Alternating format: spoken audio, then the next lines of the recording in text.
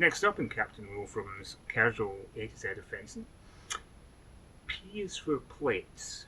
Now, we're not using them as weapons, not unless you're at a Greek wedding or something and a bit really annoyed by somebody else who's there, another guest. Um, by plates, I mean plates in manuals, in fencing manuals, which is to say the illustrations. And I have some fencing manuals here, so I'm going to point the camera at them before too long. And you can see examples of some of them. And then Leslie and I have been requested to actually interpret and do, as it were, perform a couple of plates and show how they work with actual people. But before that, we really have to introduce the idea that one has to interpret the plates. Okay? They're not always actually, they don't always have instructions included. Some of them do, some of them the text exists. Some of them the text doesn't exist. Some of them have been recopied, so they've become separated from the text. And so we have to interpret them, and there's various ways of doing that. But first we need to understand basically how fencing manuals sort of come to exist, because there's essentially three types, right? And they're not really, with very few exceptions, they're not really intended as, here, read this book and learn how to fight from it. Because if a fencing master wrote a book like that and went, there, this book has everything you know to become a master fencer, he wouldn't get any students. Right? So he put himself out of business. So there are three main types of fencing manuals. One is as an advert, basically, to draw students to their salle or to their class. You know, show cool pictures of people making these fancy moves or these efficient moves. Essentially, as a sort of, yeah, you too can learn to be a master swordsman like this. Come to Master whoever's Sal and we'll teach you all this stuff. And then your second type of fencing manual essentially is an aide de memoir. You see this in cookery books a lot as well, both period and modern, that the manual essentially will show sort of images part way through a move or a series of moves, or they will show the setups for several different possibilities. And they're there to remind the student, oh yeah, we did this in class last week. I remember this bit, that, yeah. Or even years later, oh yeah, when I was studying with Master whoever, yeah, he said if you're in this position, you do this. And the third type of fencing manual, the ones with a much fancier artwork, not exactly gifts because they're quite expensive, but they're things that people who've learned from a fencing master could take home and show off to the family or to visitors or whatever, and say, look, you know, I studied at this school, here's the cool stuff we learned. And it would be a centerpiece of an achievement. Much cooler than like a little certificate that you hang on the wall today. So those are the three main purposes for fencing manuals. Now, obviously, if a manual has some text with it telling you what you should do, that makes interpreting a little bit easier. Okay, yeah, it says here this guy, figure A here, is going to make a reverso fendente to there, and as a result, figure B will stab him in the face, etc. Okay, that you can do. That's pretty much the easiest level of interpretation. It actually tells you what to do. You do what it says, try and make it work. Then you get the issue of, what if there isn't any text, there aren't any instructions, we only have the pictures?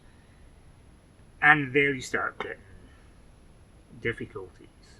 Anybody who's seen a Hollywood movie will understand this, especially if you've seen somebody with a katana and in this position with a blade up here. And you think, why did they do that? And the answer is because somebody didn't understand Japanese art for the 16th or 18th century. Because, of course, as with the European manuals, these are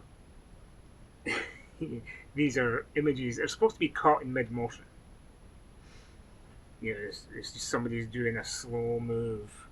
So, for example, in that kind of Japanese style, it's like, okay, you've made a cut here as you draw, and you're starting to go into something else. And the artist is going, yeah, actually, that bit in the middle where you were just in this position, yeah, that would be a really cool action shot. I'm going to paint that. So we then have to look at the pictures and decide what is the movement that's happening here. Is there more than one movement we're being shown? Are there a range of options? Is it kind of a, this is how two people are setting up, what can each of them do in sequence? And it could be any of those, depending on which manual you're looking at. So, let's have a look at a few. And if we're relating to the J is for geometry thing, here's the kind of thing you might, if you're lucky, find in a manual. This is in Agrippa. And shows a whole bunch of different, it's like a spirograph, isn't it? A whole bunch of different angles of how the angle of the sword changes at each stage of the movement. Yeah. Okay, there, watch out for the naughty bits, because that sometimes happens. Half the time in fencing manuals, especially Renaissance fencing manuals, all the participants are naked.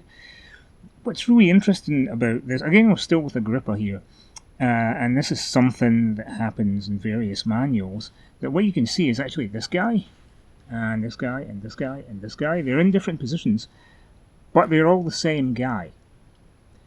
And that can make interpreting plates a bit tricky, because you end up with this presumption where, for example, in this case here, if this guy and this guy are fighting, this guy's getting stabbed in the face from that position. So this is from somebody in first guard, actually. And it's face stabbing a guy lunging here. And you think, yeah, okay, I can see how that works. But then what you might find out is actually if this guy is a lot taller or shorter. So if this guy is, for example, much shorter and only comes up to here, then this guy is going to have to adjust his angle to get him in the face. Or if this guy is much taller than that guy, then he's going to get stabbed in the chest, not the face, unless this guy adapts his stance and his angle.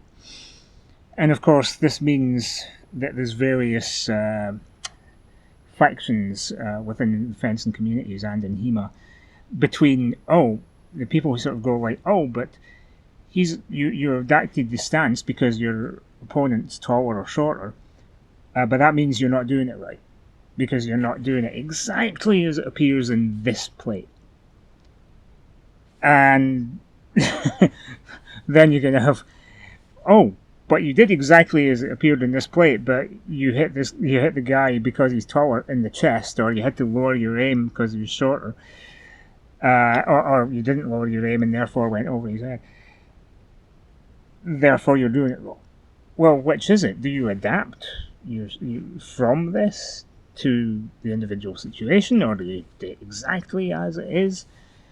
And of course, you do get some people and some instructors and stuff on both sides. My personal opinion is, you adapt, right? Every fight's individual, every person is individual, and these are just an example, because the chances that you are going to run into an opponent who is exactly the same height and build as you every time is pretty thin. And so this is something I always have a bit of a thing with when it comes to Agrippa, because it leads to that whole, you're not doing it right because either you missed or you had to do something different in order to hit, which seems mad foolish to me. Okay, so I just mentioned reverso fendente, and we can see one here. And this is Capoferro. One of the good things with Capelferro compared to Agrippa is that, as we can see if we look through, is not all the combatants are the same guy. So there's a little bit more variation, and yeah, you're not always going to exactly get the opponent in the same spot because he's not exactly the same height every time, which is nice.